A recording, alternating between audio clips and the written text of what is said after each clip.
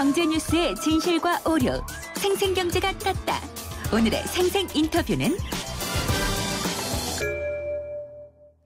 어렵게 타결된 노사정 대타협 주요 쟁점과 또 달라지는 것들을 짚어보도록 하겠습니다. 김은경의 생생경제 3부 시작합니다. 우여곡절 끝이었죠. 노사정위원회가 드디어 오늘 오전에 노동시장 개혁, 구조 개선을 위한 대타협에 합의를 했습니다. 통상임금 같은 3대 현안도 있었고요. 또 논란이 됐던 게 일반 해고나 취업규칙의 변경 요건. 여기서도 좀 논의가 됐었는데 안타깝게도 노동계는 물론이고 재계도 결과에 대해서는 만족을 못하고 반발을 하고 있는 상황입니다. 노사정 대타협으로 나온 결과는 어떤 내용이었고 또 앞으로 달라지는 것은 무엇인지 고려대 법학전문대학원의 박지순 교수님과 자세히 알아보도록 하겠습니다. 박지순 교수님 안녕하십니까? 네, 안녕하세요. 네, 이 노사정 대타협 네. 드디어 타협은 됐거든요. 결의는 네. 됐는데 네. 논의할 과제가 워낙 많아가지고 이게 저는 합의가 되는 게 가능할까 이런 생각도 했었는데요. 일단 어떻게 합의가 됐는지 간략하게 정리를 부탁드리겠습니다. 예, 우리가 사실 노사정 대타협 하면은 지금 가장 현안이 된 게 이제 일반 해고하고 이제 취업규칙이다 보니 이게 그 내용이 주된 것이냐 이렇게 이제 알고 있지만. 네. 실제 굉장히 방대합니다. 그렇죠. 이 전체 대타협 내용을 보면은 5개 부문 한 20개 과제 정도가 되지 않는가 싶을 정도인데요. 네. 세부 과제가. 근데 그 내용들이 다 이제 소개되지 않고 이제 굉장히 쟁점이 되는 부분만 그렇죠. 지금 이제 알려져 있어서 예. 마치 이게 굉장히 논쟁거리인 것처럼 비춰지는데 그 내부 안에 들어가 보면 뭐 청년 고용 활성화라든가 그다음에 네. 노동시장 이중구조 개선 문제, 특히 원하청 문제 그리고 이제 또 비정규직 문제, 그리고 사회안전망 확충 문제, 그리고 좀 전에 말씀하신 3대 현안 문제, 예. 이런 내용들을 사실 굉장히 포괄적으로 막 나오고 있죠. 그렇죠. 그런데 이제 주로 그 노동계가 올 4월 달에 이제 최초 결렬되면서 그때 반대했던 주된 이유가 이제 취업규칙 문제, 일반 해고 문제 외에도 이제 임금 체계 계약하는 거 반대한다. 즉 임금 피크제 반대가 있었고, 그 다음에 비정규직 확대하는 개혁은 안 된다. 네. 장시간 근로 조장하는 거는 반대다. 이렇게 5개 반대 사유가 있었거든요. 그렇죠. 근데 이제 이 중에서 최종적으로 이제 임금 피크제는 어느 정도 지금 기업에서 사실 상당 부분 확산되어 있는 추세가 있고, 네. 그 다음에 이제 비정규직 문제에 대해서는 앞으로 노사 합의로 이제 추진한다라고 돼 있고, 그 다음에 취업규칙이나 일반 해고의 경우에는 충분히 협의해서 추진하겠다라고 해서 이제 노사정 대타협에 이르게 된 것입니다. 그러니까 결국에는 이게 형식적으로는 합의와 타협이 된 거고요. 네. 내용을 보면은 아직까지는 결정된 것이 없는 상태인 게 맞는 것 같아요. 그래서 이제 전체 좀 전에 말씀드린 것처럼 한 20개 되는 그 세부 과제들 중에서 거의 대다수는 그 방향이라든가 내용에 대해서 합의가 다 돼 있는 것 같고요. 네. 다만 지금 현재 이제 문제가 되는 것이 비정규직 법안을 어떻게 할 거냐 앞으로 여기에 대해서는 추후 합의를 통해서 결정을 하자 이런 게 이제 하나 있고 그 다음에 일반 해고나 취업규칙의 경우에는 협의를 통해서 충분히 협의해서 결정하겠다 시행하겠다 해서 이제 이게 마치 그 핵심 그 쟁점에 대해서는 여전히 합의가 되지 않은 상태에서 서둘러 봉합한 것이 아니냐. 그래서 이제 일각에서는 이거는 반쪽짜리 개혁이다. 또는 뭐 미완성 개혁이다. 이제 이렇게 말씀들 하시는 것 같아요. 그리고 지금 단계도 조금 헷갈리는 것이요. 네. 이렇게 해서 이 경제구조, 그러니까 노사정 대타협이 이루어지게 되면은 이 합의문을 의결을 해서요. 국회로 넘어가게 되잖아요. 그렇죠. 그렇게 되면은 결국에 국회에서 모든 걸 결정하는 것이냐라고 하는데 그런 것은 아니죠. 그건 아닌 것 같고요. 일단 우리 지금 대부분 우리뿐만 아니라 선진국도 그렇고 특히 이 노동관계 법령에 대해서는 이 노사정의 타협이나 합의를 굉장히 중시합니다. 그래서 이제 뭐 심지어 노동정치다라고 이야기를 할 정도로 이 이해관계 당사자의 동의나 합의가 전제되지 않은 상태에서 입법하는 것은 굉장히 어렵고요. 아주 특별한 사정이 없는 한. 그래서 이제 대체로 지금까지 전체적인 경향을 보면 이 노사정이 합의를 이뤘거나 타협에 이르는 그런 사안에 대해서는 국회에서도 상당히 존중을 해서 입법에 이르는 것이 지금 현재는 어느 정도 관행화되었다고 봐야 되겠죠. 그러면은 노하고 사측이 이야기하는 것들이 계속해서 국회에도 반영이 되면서 논의가 더 이뤄지는 건가요? 아무래도 그런 부분이 전제가 되어야 이 노사정 대타협이나 노동개혁이 의미가 있는 것이겠죠. 예. 만약 그게 담보되지 않는다면 사실 어떻게 보면 국회에서 또 전혀 백지 상태에서 그러니까요. 제로에서 다시 또 시작해야 되는데 그건 뭐 좀 의미가 없는 일이겠죠. 노사정위원회라는 대화체만 지금 일단은 합의를 해서 넘긴 형태가 되는. 예, 형식적으로는 지금 네네. 그런 셈이고. 정치적인 절차를 보면은 이제 그 다음에 이 환노위에서 네. 여야가 이 구체적인 세부 사항에 대해서 최종적인 조율을 하게 될 것이고요. 네. 그런 다음에 이제 본회의에서 이제 최종 통과가 되겠죠. 그래도 아무래도 이제 뭐 여러 부분이 아까 말씀하신 것처럼 뭐 노동시장의 이중구조 개선이라든지 네. 청년 고용 활성화, 네. 사회 안전망 확충 이런 것들은 뭐 다들 방향성이 비슷하니까요. 그렇습니다. 네. 문제는 이 3대 현안하고 2대 쟁점이었거든요. 그렇습니다. 특히나 이 일반 해고 기준과 임금 피크제 도입을 위한 취업 규칙 변경 네. 이 부분이 가장 뜨거운 이슈인데요. 네. 네. 일반 해고라는 것이 무조건 해고한다는 것은 아니다라는 것이 이제 재계의 설명이고요. 네. 그렇지만 근로자들의 입장에서는 저성과자를 어떤 기준으로 평가를 해가지고 해고를 할 것이냐 예. 불안한 마음은 있거든요. 예. 그래서 지금 이 둘이 이야기하고 있는 것이 완전히 반대되기 때문에요. 서로 아주 대립적으로 완전히 대립이 주장하고 되거든요. 있는데. 예. 근데 만약에 이 근로기준법 자체를 바꾸지 않는 한, 네. 그러니까 법이 바뀌어지지 않는 한 현행법의 테두리 안에서 해고의 기준이나 절차를 정한다라고 하면 예. 그건 어디까지나 법률에 따라야 되는 거죠. 네. 그리고 그 법률 해석에 대해서는 판례의 태도를 우리가 존중하지 않을 수가 없습니다. 저성과자라든지 그렇습니다. 이런 분들에 예. 대한 평가요. 그렇기 때문에 마치 일반 해고 기준과 절차를 명확한다는 것이 예. 지금까지 인정되지 않았던 해고 사유를 추가하는 것이 아니냐. 그렇기 때문에 해고의 범위를 확대하는 것이 아니냐. 이런 이제 우려를 하시는데 네. 그건 현행법상 그건 가능하지도 않고 실현될 수도 없습니다. 왜냐하면 법원에서 예. 그런 해고에 대해서는 전부 다 부당 해고라고 할 것이기 때문에요. 네. 따라서 이제 그런 부분에 대해서는 좀 사실 좀 너무 우려가 크시지 않는가 싶은데 이제 오히려 제가 생각할 때 이제 문제가 되는 거는 지금까지 어떻게 보면 매우 불합리하게 이루어졌던 해고나 이런 네. 문제들에 대해서 어느 정도 이제는 좀 뭔가 명확하게 기준과 절차를 제시할 수만 있다면 그것이 반드시 근로자에게 독이 되는 것은 아니다. 그런데 문제는 예. 이것을 이제 일부 특히 중소기업, 그러니까 어떤 노동조합이 없거나 이 소규모 사업장에서 사용자들이 이러한 것을 좀 남용하거나 잘못 이용하는 거, 악용하는 경우 네. 이런 경우가 또 늘지 않겠느냐 이런 부분에 대해서는 전문가들도 사실 같은 맥락에서 좀 우려하고 있는 부분이 있습니다. 지금 말씀하셨지만은 부당해고라는 게 여전히 지금 투쟁하고 있는 곳들이 많이 있잖아요. 그렇죠. 네. 사실 이게 경영상에 아주 중대한 문제가 있을 경우에는 정리해고가 가능하다. 그렇죠. 라고 했지만 지금 우리가 쌍용차에서도 보듯이 이것이 그럼 부당해고냐 정당한 해고냐 법원의 판결은 물론 나왔지만은요. 네네. 그런 부분도 있기 때문에 일반 해고에 대한 이런 부분이 조금 규제가 완화되면은 근로자들은 불안해하는 게 사실인 것 같아요. 그럴 수 있다고 저도 봅니다. 그래서 그런 부분에 대한 오해라든가 또는 불안을 좀 해소시키기 위해서 실제로 어떤 기준과 절차가 이 노사가 말하자면 합의할 수 있는 서로 공유할 수 있는 기준일까 또는 절차일까 거기에 대해서 좀 충분히 협의가 돼야 되고요. 네. 그리고 뿐만 아니라 사용자 측의 남용이나 악용을 방지하기 위한 구체적인 또 대책이 무엇인지도 정부는 그 대책까지도 이제 마련해서 제시를 해야 되겠죠. 혹시 박 교수님께서 생각하는 구체적으로 이런 기준 같은 게 생기면 좋겠다라는 이해가 있을까요? 실제로 이 저성과다 내지는 업무 부진이다 이거 자체가 해고 사유로 직접 해고 사유가 되는 건 아닙니다. 네. 그러니까 그런 어떤 전제가 있고 말하자면 성과가 없다든지 업무가 부진하다든지 능력이 떨어진다든지 이런 전제가 있는데 그러면 그 이후에 사용자가 그런 근로자들에 대해서 어떤 조치를 구체적으로 했느냐 능력을 개선시키기 위해서 어떤 조치를 했느냐 또 근로자의 적격성을 찾기 위해서 어떤 조치를 했느냐 이런 것들이 굉장히 중요한 거거든요. 그렇죠.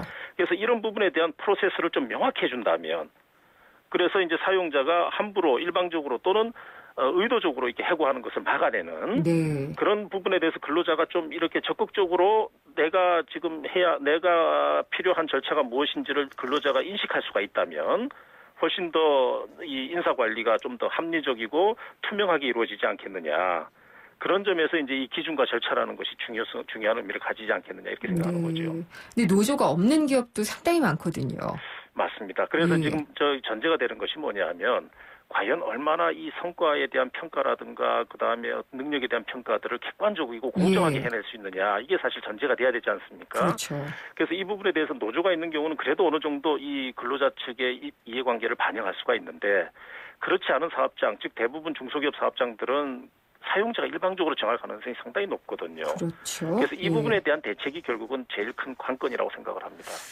예, 그리고 취업규칙 변경 요건의 완화 지침 이거는 어떤 게 우리가 피부로 달라지는 걸 알 수 있을까요? 사실 이것도 굉장히 어렵습니다. 왜냐하면 대법원이 이 법률에서는 이 근로자 과반수 동의를 받지 않는 것은 무효다 이렇게 돼 있거든요. 효력이 없다. 그러면 결국 동의를 받지 못하면 취업규칙 불이익 변경이 안 되는데 예외적으로 아주 예외적으로 사회통념상 합리성이 있다면 동의를 받지 못하더라도 취업규칙 변경을 인정하겠다. 이게 지금 법원의 태도거든요. 통상임금 때하고 비슷한 것 같은데요. 그렇죠. 뭐 그런 셈인데 그러면 법원에서 생각하는 엄격히 제한된 사회통념상의 합리성이 뭐냐.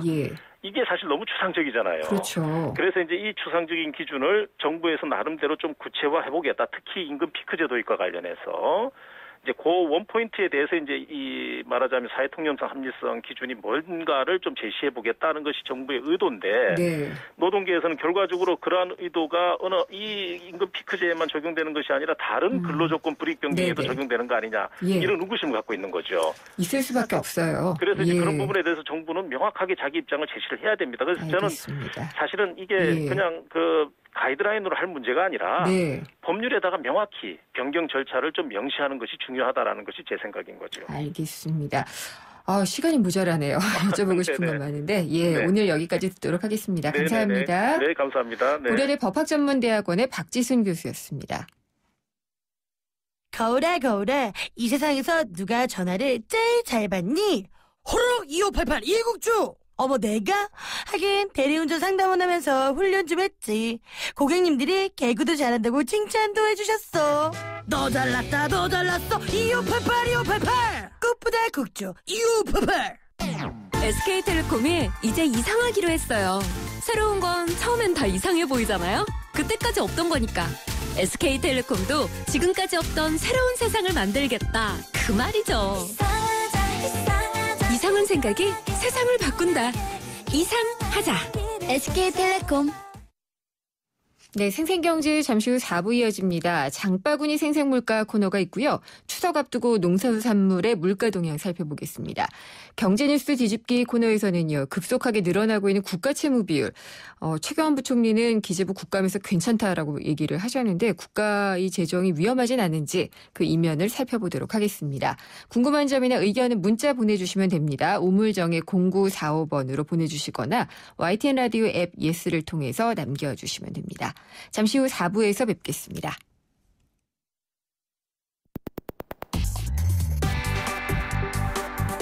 어려운 경제학은 가라. 귀에 쏙쏙 들어오는 김인경의 생생경제.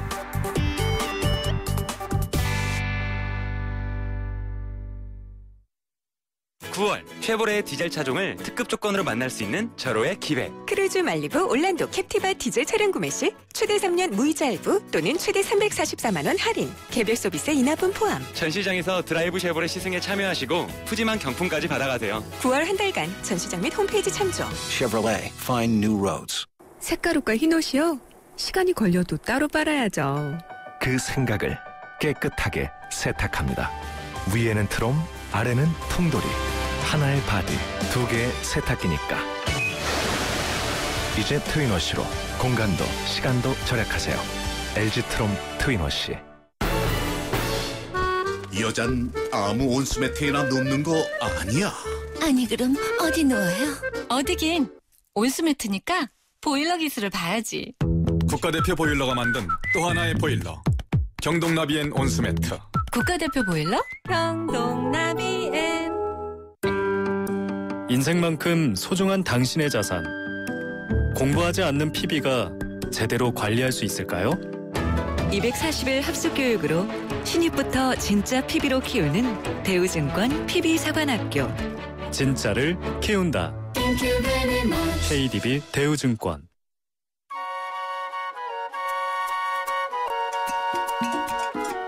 알뜰한 주부의 풍성한 식탁을 위한 시간. 한 주간의 물가 정보를 전해드립니다. 장바구니 생생물가. 네, 장바구니 생생물가 시간입니다. 가장 맛있고 싼 제철식품은 무엇인지 한 주간의 재래시장과 대형마트의 생생한 물가 정보를 살펴보는 시간입니다. 오늘도 한국농수산식품유통공사의 김시아 대리가 전화 연결돼 있습니다. 김시아 대리님 안녕하십니까? 네, 안녕하세요. 김시아입니다. 예, 저희가 추석 카운트다운 하는 것 같아요. 그렇죠. 예, 몇 주 남았습니다. 근데 이제 2주 남았네요.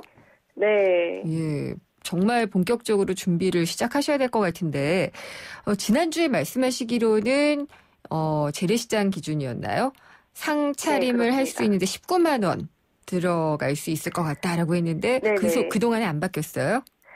네, 약간 소폭 바뀌긴 했는데요. 비슷한 수준이라고 보시면 됩니다. 예. 네, 지난주 목요일 10일에 저희가 2차 보도자료를 통해서 차례상 차림 가격을 한 차례 더 발표했는데요.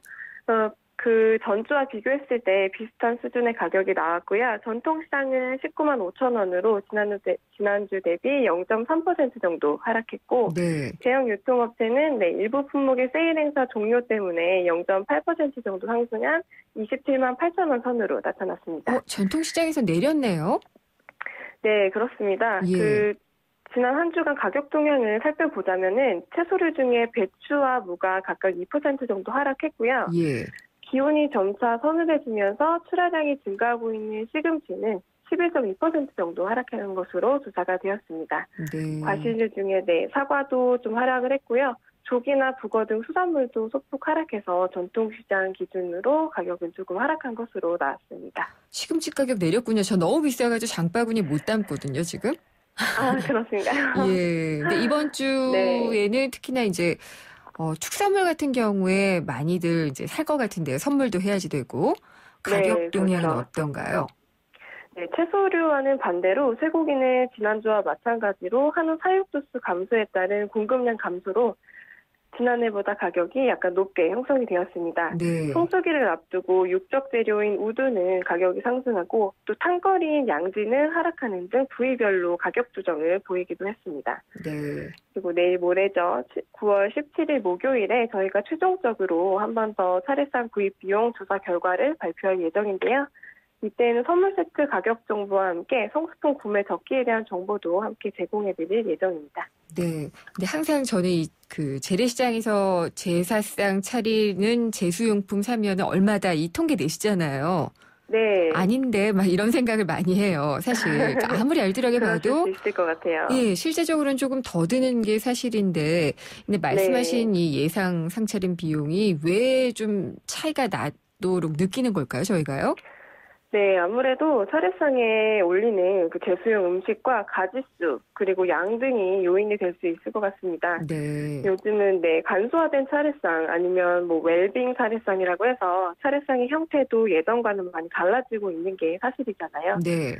네, 또 집집마다 지내는 차례 방식도 다르고 돌아가신 분께서 좋아하시던 음식을 올리는 등 표현 방식도 많이 달라짐에 따라서 형태가 많이 달라지고 있기 때문이 아닐까 싶습니다. 예. 그래서 저희 공사에서 매년 발표해드리고 있는 차례상 형태의 경우에는 일단 4인 가족 기준으로 산정을 했고요. 네. 그렇기 때문에 최소한의 차례상 필수 음식만을 계산한 것이라고 보시면 될 것 같습니다. 예를 들면 예. 네, 예를 들면 상에 올릴 전의 경우에는 육적과 소적, 어적으로 나눠서 쇠고기는 1.8kg, 두부는 네모, 동태포는 1kg, 계란은 10개로 계산을 했고요. 네, 나물류의 경우에도 시금치와 고사리, 도라지를 각각 400g으로 산정을 했습니다. 예. 약간 적네요. 네, 그렇죠. 또 차례상 음식은 홀수를 기본으로 하되 지역마다 3종류 3개씩이거나 또 5종류 5개씩으로 다양해서 가짓수에서 차이가 난다는 소비자들의 의견도 많이 있는 편이죠. 또 탕류의 경우에도 탕을 끓이는 데 필요한 모든 재료가 아니라 국에 들어가는 기본 재료만 가지고 산정을 하기 때문인 것 같고요. 네. 근데 올해부터는 약간 좀 첨가하신 게 있던데 부재료로 밀가루, 네. 청주, 뭐 게맛살 이런 것도 다 포함을 시키셨더라고요. 네, 그렇습니다. 저희도 매년 조사를 하면서 밀가루, 청주, 그리고 게맛살 등이 차례상 차리는데 들어가는 필수 재료임에도 불구하고 네. 조사 품목에 포함이 되지 않았었잖아요. 네, 그래서 이를 보완하고자 올해부터는 이 세 가지 신규 품목에 대한 가격 조사를 시작했습니다. 그리고 사실 모든 음식에 들어가는 걸 보면 양파가 다 들어가는데 요즘 양파 가격 많이 오르고 있잖아요. 근데 이게 여기 반영이 됐나요? 양파는 차례상 제수용품에는 반영이 안 돼 있고요. 그래서 양파는 좀 가격이 많이 상승하고 있는데 올해 재배 면적이 많이 감소했을 뿐만 아니라 작황도 좀 안 좋았습니다. 그래서 생산량 감소로 가격이 상승한 측면이 있고요. 네, 재배 면적의 경우에는 올해는 109만 4천 톤으로 평년에 140만 9천 톤이었던 것에 비해서는 22% 정도가 감소했고요. 네. 작년에 159만 톤이었던 것에 비해서는 31% 정도 감소하는 바람에 가격이 좀 상승한 측면이 있습니다. 그렇군요. 그리고 이 차례상에는 가능한 한 제일 좋은 상품으로, 그러니까 제일 좋은 그 식재료를 구해서 음식을 올리려고 하잖아요. 네네, 그렇죠. 그러다 보니까 이제 대부분 우리나라산을 선호하는 편인데 원산지 위반 이런 단속을 하는 걸 보면은 계속 속이는 경우가 많이 있나 봐요. 네, 그렇습니다. 그래서 그런 부분을 방지하기 위해서 이번에도 어김없이 진행이 되는데요. 네, 추석 제수용 및 선물용 농산물을 대상으로 안전성 특별조사가 실시가 됩니다. 네. 좋은 것만 올리고 싶은 소비자들의 마음을 속상하게 하는 사례가 없도록 부적합한 농산물 유통을 관리해서 소비자가 믿고 찾아갈 수 있는 그런 전통시장의 소비 환경을 조사하려는 것이 목적이고요. 네. 농산물 생산지를 추적해서 과태료를 부과하거나 농약의 안전한 사용에 대한 교육 등을 함으로써 조치를 취하게 됩니다. 네, 조사 기간은 지난주 월요일인 9월 7일부터 추석 이틀 전인 다음 주 금요일 25일까지 3주간 진행이 되고 있고요. 전국 1,502개 전통시장과 농업인이 운영하는 전자상거래 등이 조사 대상이 됩니다. 조사 대상이 되는 건수는 어느 정도나 되나요? 조사 대상이 되는 건수 말씀하시는 건가요? 네, 이번에도 조사 물량이 1,000건에 좀 달하는데요. 잔류 농약에 대한 검사가 900건 정도로 다수를 차지하고요. 곰팡이 독소에 대한 검사가 100건 정도로 합쳐서 진행이 되고 있습니다. 알겠습니다. 다음 주에 또 여쭙도록 하겠습니다. 감사합니다. 네, 감사합니다. 한국농수산식품유통공사의 김시아 대리였습니다. 이건 왜? 뉴스에선 볼 수 없었던 뉴스 속 스토리. 경제뉴스 뒤집기 한파.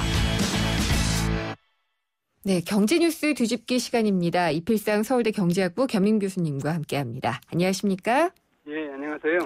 이 보통 사람 둘이 싸워도 쌍방의 의견을 다 들어봐야 되잖아요. 네. 국가는 보면은 정부에서 얘기하는 거는 이번에 기획재정부 국감에서도 그렇고 국가 채무 비중이 적정하다, 괜찮다라고 얘기하지만 한쪽에서는 위험 수위가 자꾸 올라가고 있다라고 얘기를 하고 있어서 판단이 어렵거든요. 네.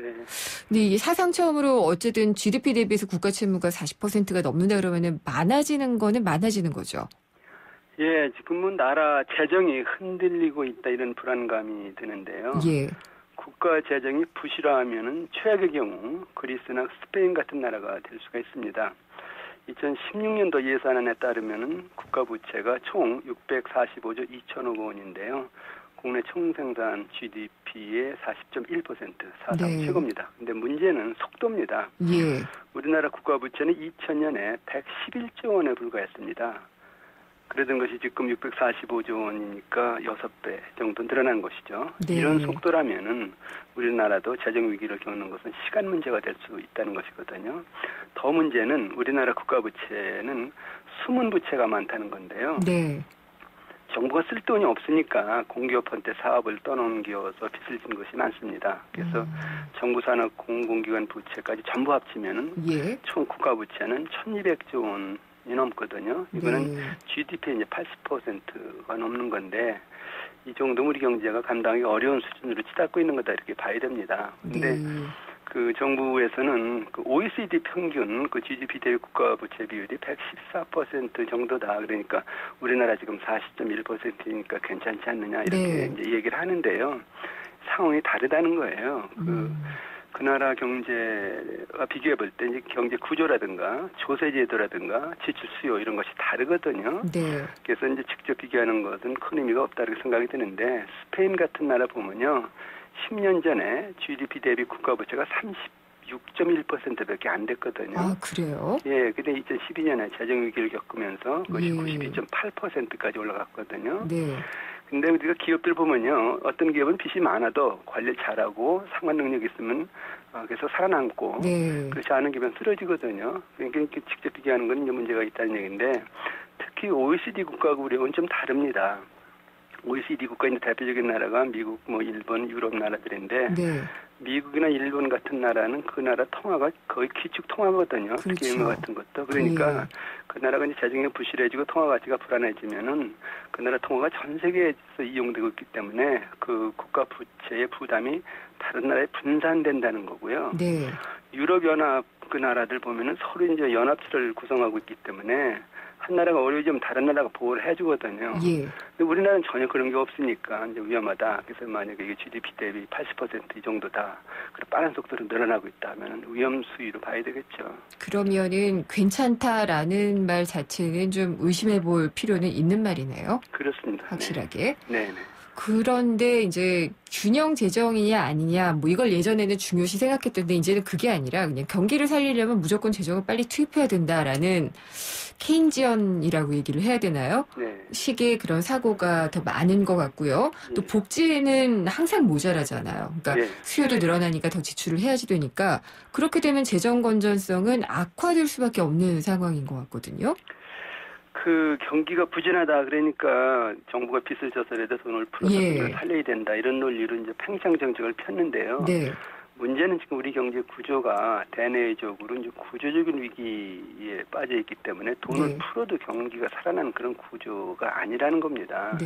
구조가 바뀌고 개혁을 해서 정말 이제 성장 잠재력이 높아지는 상태에서 돈을 풀어야 되는데 무조건 이제 내수 수출 다 이렇게 무너지고 있는 상태에서 돈만 푸니까 가계 부채 만들고 있다는 것이거든요. 그러니까 이제 지금 경기 부진하다 무조건 돈 풀자 이렇게 했을 때 괜히 정부 빚, 가계 빚 이것만 넣는 어떤 부작용이 생길 것 같고요. 여기 이제 큰 문제가 우리나라의 경우 지금 우리 사회에 3대 재앙이라는 것이 있는데요. 3대 재앙이요? 출산율이 세계 최하위입니다. 고령화 속도 세계 1위입니다. 노인 빈곤율 세계 1위입니다. 그러니까 복지 지출이 폭증할 수밖에 없는 사회 구조입니다. 이런 상태에서 경기 부진하다 돈 계속 풀자. 그런데 복지 수요는 계속 증가한다라고 할 경우에 국가 부채가 이제 감당하기 어려운 수준에 이제 폭증할 수 있다는 것이거든요. 그래서 지금 괜찮다, 이거 돈 풀면 경기 살아난다 이렇게 안일한 접근을 하는 것이 상당히 위험하다 그렇게 봐야 될 것 같습니다. 그러면 재정 건전성을 높이기 위해서는 어떻게 나가야지 될까요? 우선 세출 관리, 세입 관리, 그러니까 돈을 쓰는 부분과 돈을 이제 걷는 부분 다 관리를 제대로 해야 되는데요. 우선 세출 부분에서 보면은 그 방만한 예산이 상당히 많다는 얘기인데 정치적인 선심 예산이라든가 불효불급한 복지 예산 이런 것은 좀 조정을 할 필요가 있다는 것이고요. 페이거 원칙이라는 것이 있어요. 정부가 어떤 사업을 하려면은 다른 사업을 포기해라. 그래서 추가적인 예산이 안 들게 하라 하는 것이고요. 세 번째는 우리나라 그 공기업 등 이제 공공기관 부채 관리가 거의 제대로 안 되고 있거든요. 그래서 이걸 정부가 직접 관리하는 그런 시스템으로 바꾸라는 겁니다. 그래서 이제 세출을 제대로 관리해야 된다 하는 것이고요. 그다음에 세입 부분에서는 지금 소득 양극화가 굉장히 심한 상태이기 때문에 법인세나 소득세, 최고 세율 구간 같은 거 추가 설정해서 세금을 더 걷는 방법도 한번 고려해볼 필요가 있고요. 지하경제 양성화해서 세금 당연히 걷어야 되겠죠. 근데 확실한 그 대책은 세출 관리, 세입 관리도 중요합니다만 경제 성장률 높이는 겁니다. 경제 성장률을 높이면 두 가지 효과가 나타나는데 첫 번째 우선 이제 성장률이 높아지니까 일자리가 늘지 않습니까? 그 국민 소득은 늘지 않습니까? 그럼 복지 지출 수요가 급격히 떨어진다는 거예요. 그다음에 또 하나 효과는 경제가 성장이 되면은 세금이 많이 거치니까 정부가 빚을 이제 덜 쓰고 더 갚을 수도 있다는 것이거든요. 이런 차원에서 본다면은 어떻게 해서든지 이제 경제의 어떤 성장 동력을 되찾아서 빨리 성장률을 높여라, 그런 시대를 만들어라, 그런 걸 하면서 이제 이런 어떤 재정 관리를 해야 되는데 무조건 뭐 이게 빚을 자꾸 쓴다라고 하는 것은 굉장히 불안할 수밖에 없는 거죠. 근데 정부에서는 성장률을 높여야지 되니까 지금 부진한 경기를 살리려면 또 재정을 투입해야 된다. 이 논리를 자꾸 하게 되니까 답이 안 나고 서로 이렇게 계속 순환하고 있는 것 같아요. 진단이 잘못됐다는 거죠. 진단이요? 예, 돈을 풀어서 경기가 살아난다면 그건 누가 안 하겠습니까? 근데 벌써 작년부터 이제 돈을 굉장히 많이 풀었는데 기준금리도 4번이나 내렸는데 경기 살아나지 않고 지금 빚만 자꾸 늘고 있다. 그런 면에서 보면은 진단 잘못했다는 것에 대해서는 다시 한번 짚어봐야 된다는 것이죠. 그리고 교수님 말씀하시는 중간에 이렇게 흘러갔는데요. 세금도 더 내야 되고라고 얘기를 하셨거든요.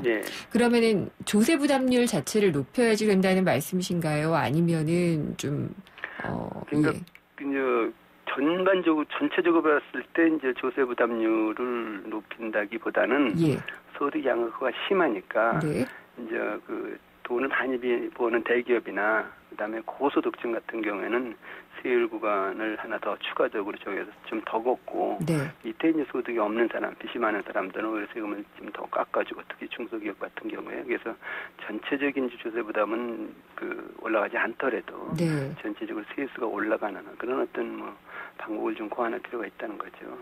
그러면 그건 보편적인 증세를 말씀하신 건 아니네요. 네, 차등 하자는 거죠. 뭐 누진율 같은 걸 더 적용할 수도 있을 것이고. 원래 이제 양극화가 심하니까요. 예, 근데 정부는 계속 증세가 없다고 하니까 그러면서도 세금이 필요하니까 결국은 약간의 꼼수성들이 좀 많이 있는 것 같아요. 국채 발행해서 자꾸 이제 쓰는 건데 그게 다 국민한테 빚 떠넘기는 거죠. 네, 결국 그게 다 국가 채무로 잡히게 되는 거고요. 어차피 국민들이 갚아야 되는 건데 괜히 빚지고 나중에 갚고 경제 계속 이렇게 이제 어렵게 만들 것이 아니라 뭐 세금 더 걷어야 된다면은 소득이 많은 부분에서 좀 더 걷으면서 재정을 제대로 운영하고 경제를 살려가는 것이 정도가 아니겠느냐 이거죠. 뭐 야당 쪽에서 얘기하고 있는 법인세 인상 부분은 어떻게 생각하시나요? 일단은 그 기업들도 양극화가 굉장히 심합니다. 그래서 뭐 30대 재벌 얘기를 많이 하는데 재벌 중에서도 뭐 몇 개 상위 재벌 그룹과 다른 재벌 그룹하고 굉장히 격차가 심하거든요. 그렇다고 친다면은 그 영업이익으로 봐서 정말 이익 많이 버는 그런 기업에 대해서는 이제 법인세를 좀 더 높이고 그렇지 않은 기업들은 뭐 깎아주든지 하는 그런 어떤 방안을 마련하는 게 중요하다는 거죠. 예, 오늘 말씀 잘 들었습니다. 감사합니다. 네, 감사합니다. 이필상 서울대 경제학부 겸임 교수였습니다. 원두는 시간이 지나면 맛과 향이 사라지죠. 그래서 골드락 가까라는 원두의 맛과 향을 잡았습니다. 절정의 맛과 향의 시작 뉴네스카페 수프리모. 안녕하세요. 유플러스 모델 보아입니다. 최신 영화 미드부터 인터넷 강의와 맛집까지 보고 싶은 비디오를 검색하면 카테고리별로 보기 쉽게 정리해주는 국내 최초 LTE 비디오 포털. 이제 보고 싶은 비디오 마음껏 즐기세요. 차 조심, 길 조심. 조심할 게 와 이래만요. 조심할 게 참 많은 아이들의 등하굣길을 위해 삼성화재가 안전키트를 지원하고 있습니다. 어린이가 곧 모두의 희망이니까요. 봄이 왔어요. 당신의 봄, 삼성화재. 어떤 자동차가 좋은 차일까요? 마력이 좋은 차? 디자인이 좋은 차? 연비가 좋은 차. 현대자동차는 말합니다. 서비스까지 좋아야 진짜 좋은 차라고. 국내 최다 네트워크 현대자동차 공식 장비 서비스 블루핸즈. New thinking, new possibilities. 현대자동차. 안녕하세요. 고소영입니다. 나이 들면 칙칙함, 주름, 탄력 다 신경 쓰이잖아요. 슈퍼바이탈 크림이 꽉 잡아주니까 피부가 확 살아요. 탱탱하고 환한 피부 여러분도 경험해보세요. 아이오페 슈퍼바이탈 크림. 김은경의 생생경제 4부 포스코와 함께했습니다. 생생경제에서 마련한 선물 받으실 분은 6346님 외 한 분이고요. 저희가 따로 연락드리겠습니다. 오늘 준비한 순서 여기까지고요. 다음 시간에 찾아뵙겠습니다. 김윤경이었습니다.